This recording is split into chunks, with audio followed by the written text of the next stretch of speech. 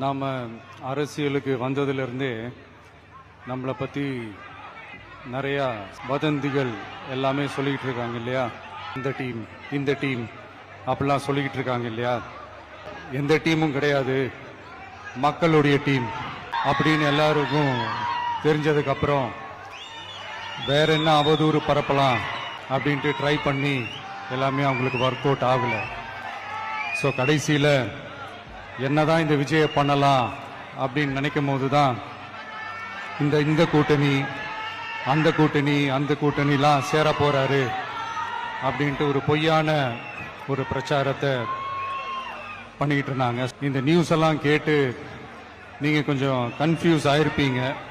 ஓப்பனாக தெளிவாக ஒரு விஷயத்தை நான் சொல்கிறேன்.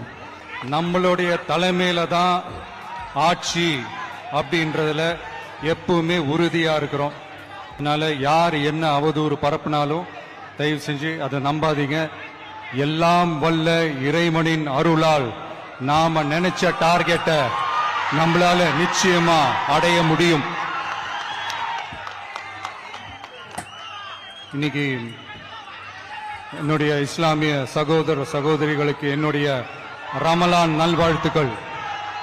கான்பிடண்டா இருங்க, நல்லதே நடக்கும், வெற்றி நிச்சயம்.